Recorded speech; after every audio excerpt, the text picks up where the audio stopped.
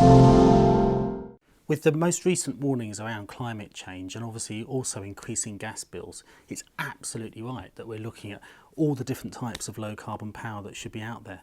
But a cold, hard look at that, I think, leads us to the conclusion that nuclear will take too long and be too expensive to make any difference. It crowds out all the investment, all the political attention for other much quicker, more effective low carbon technologies. It's a bit like the big kind of burly bruiser at your cousin's wedding that drinks too much, knocks everyone else off the dance floor, crashes into the Black Forest Gatto before you've had a chance to have any of it. It pushes everything else out, and it's an old technology from last century. We need to move on. Well, on the technology, I'm inclined to agree with you. It's always puzzled me that we can have a nuclear reactor in a submarine, yet not in a village. My view is that nuclear is vastly over-costed. It's too protected, it's too guarded. We're so terrified of it. There's a sort of taboo surrounding it. So we make these buildings much, much too safe, bluntly. We could get far, far cheaper nuclear energy. I never think nuclear energy is the answer to the world's energy problems, although we have to remember that 50 years ago everybody did. We're wiser now. But I think to rule it out is frankly ridiculous. It is clearly low carbon.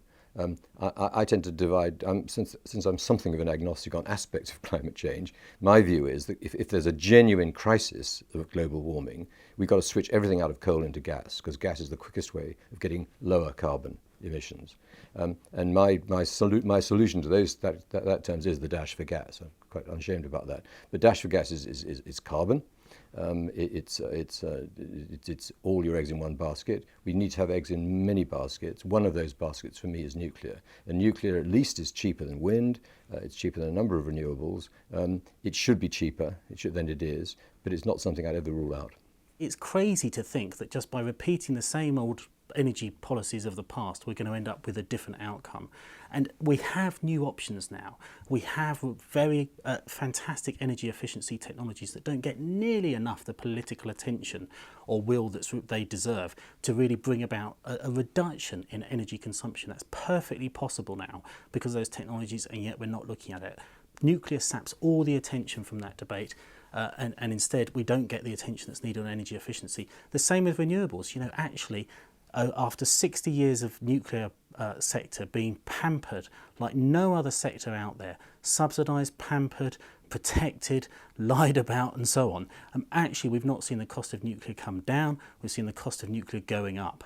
And yet, with renewables, we're seeing the cost of them plummeting year after year, 30% year on year in the case of solar, for example. The opportunities there for us are tremendous if we can just really get behind them. And of course, renewables isn't one technology, it's a whole family of technologies. So even if you don't like wind, there's a whole range of other ones, tidal, wave, solar as well. And we've got to unlock that potential. And the reason we don't at the moment is because we're obsessed with trying to repeat the same old energy policy of the past. Well, I don't disagree with anything about renewables, except that I think we're slaves to fashion in renewables. May well be one day the whole of the Sahara can power Europe, as some people once said. May well be that we can get nuclear very cheaply. Nuclear is itself inherently a very efficient carbon-free energy source. But the fact is, most of French energy was produced by nuclear. It is a proven source of energy. It's a proven source of expensive energy, but it's carbon-free. I come from a position, but I'm not that worried about carbon as some people are. I would rather we got away from it, and I think over time, as I have in America, we will be moving away from it. We absolutely have to get out of carbon, but nuclear can't do it quickly. And your point that suggesting that somehow nuclear is overregulated, sometimes it's sort of suggested that what green organisations have is an ideological opposition to nuclear. And I'll be clear, I think there's been a lot of nonsense written on both sides of the debate about nuclear power down the years. But actually, the point is, it's not a fear of nuclear science that I think holds modern environmentalists to have an opposition to nuclear. It's not a scientific question. It's a question about human behaviour. It's a question about project management systems, about the economics, around the politics of nuclear. At the moment we look into all of that, you do need good regulations to make sure you try and make sure these reactors are operating safely. If you're going to do nuclear even half decently, and that's me being very generous, it's going to take a very long time and it's going to be very expensive, and that's why it saps up all the political will and it saps up all the money. That's why I don't think it's a good solution. I totally agree. It depends on what you put your emphasis on. But ultimately, this is going to be a mix of political will and money. It's gone hopelessly wrong. One of the reasons has been the agony over nuclear. I don't disagree with that, but I just cannot believe that nuclear is not part of the answer.